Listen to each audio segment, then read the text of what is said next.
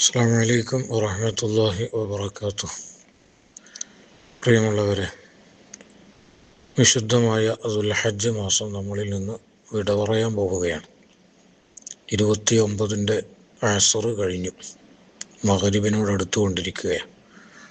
ഇന്ന് മാസം കാണുകയാണെങ്കിൽ ഇന്ന് മഗ്‌രിബ് മുതൽ പുതിയ വർഷം നമ്മൾ സ്വീകരിക്കുകയാണ്.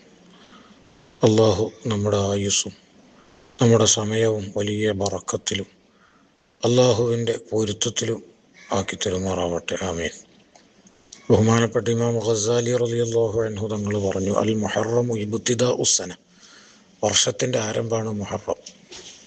അതുകൊണ്ട് ഫബിനാഉഹ അലൽ ഖൈരി അഹബ്ബു വ അർജാ ലിദവാമി ബറക്കത്തിഹി, അത് നല്ല നിലക്ക് തുടങ്ങാൻ ഒരാൾക്ക് സാധിക്കുക എന്നുള്ളത്, ഖൈറായ കാര്യങ്ങൾക്ക് മുൻഗണന നൽകി ഈ വർഷത്തിൻ്റെ തുടക്കം നന്നാക്കാൻ ഒരാൾ ശ്രമിച്ചാൽ അഹബ്ബു അർജ ലിദവാമി ബറക്കത്തിഹി, അതിൻ്റെ ബറക്കത്ത് ഈ വർഷം മുഴുവനും നിലനിൽക്കാൻ അത് ഒരു പ്രതീക്ഷാവഹമായ ഒരു കാര്യമാണ് ഇഹ്യാ ഉലൂമുദ്ദീനിൽ പറയുന്നു.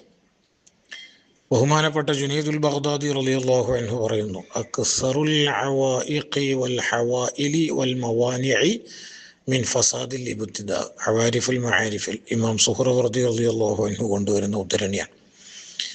എല്ലാ മനുഷ്യന്മാരുടെയും ജീവിതത്തിലുണ്ടാകുന്ന ഓരോ തടസ്സങ്ങൾ, പ്രയാസങ്ങൾ, പ്രശ്നങ്ങൾ, ഇതൊക്കെ വർഷത്തിൻ്റെ ആരംഭം നന്നാവാത്തതിൻ്റെ ഒരു പരിണിത ഫലമാണ് എന്നാണ് ഫസാദുൽ ഇബ്തിദാ. അപ്പം മുഹറം മാസം വരുമ്പം തന്നെ നമ്മൾ മാനസികമായി ഒന്ന് ഒരുങ്ങണം.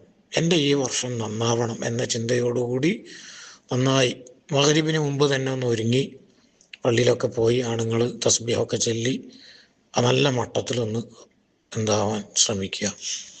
ഈ വിശുദ്ധമായ മുഹറം മാസത്തെ സ്വീകരിക്കാൻ വേണ്ടി ശ്രമിക്കുക. സൽക്കർമ്മങ്ങളിൽ നിരതരാവാൻ, പ്രത്യേകിച്ച് ഈ മാസം ആദ്യത്തെ 10 ദിവസം വലിയ ബറക്കത്തുള്ളതാണ്. ഈ മാസം പവിത്രമായ മാസങ്ങളിൽ പെട്ടതാണ്. ആദ്യത്തെ 10-ന് വലിയ മഹത്വമുണ്ട്.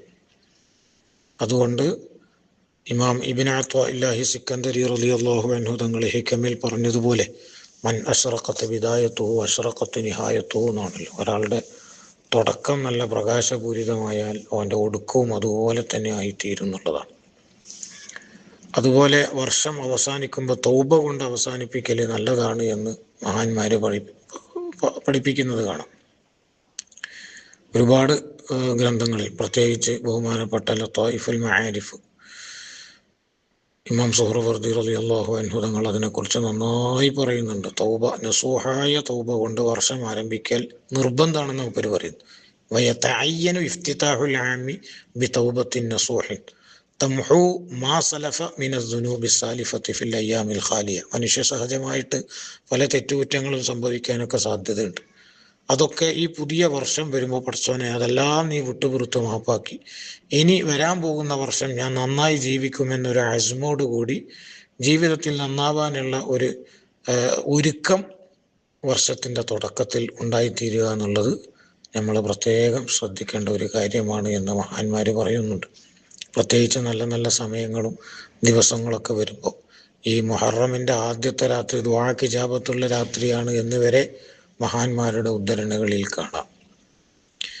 അതിന് നല്ല മനസ്സ് വേണം, നമുക്ക് നല്ല സമയങ്ങൾ ഉപയോഗപ്പെടുത്താൻ. ഇദാ അഹബ്ബ അബ്ദൻ, ഗസാലി ഇമാം പറഞ്ഞല്ലോ ഇഹ്യയിൽ, അള്ളാഹു ഒരാളെ ഇഷ്ടപ്പെട്ടാൽ ഇസ്തഅമലഹു ഫിൽ ഔഖാത്തിൽ ഫാദിലത്തി ബിഫവാദിലിൽ അഅമാൽ, അള്ളാഹു അവന് നല്ല സമയങ്ങൾ വരുമ്പോൾ നല്ല കർമ്മങ്ങൾ ചെയ്യാനുള്ള ഒരു മാനസികാവസ്ഥ എനിക്ക് കൊടുക്കും. അതിൽ യാതൊരു സംശയമില്ല. അത് അള്ളാഹു അവനെ ഇഷ്ടപ്പെട്ടു എന്നുള്ളതിൻ്റെ അടയാളം.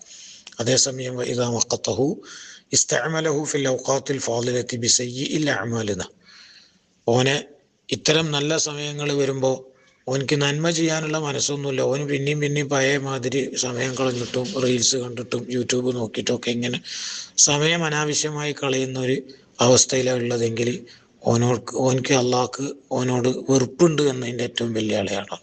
അത് കാരണം ഓൻ്റെ അസാബ് വർദ്ധിപ്പിച്ച് കിട്ടുകയും ചെയ്യും. അള്ളാഹു കാത്തുരക്ഷിക്കട്ടെ. ഒരു മനുഷ്യൻ ഏറ്റവും വലിയ പരാജിതനാണ് എന്ന് പറഞ്ഞതിൻ്റെ ഏറ്റവും വലിയ അടയാളം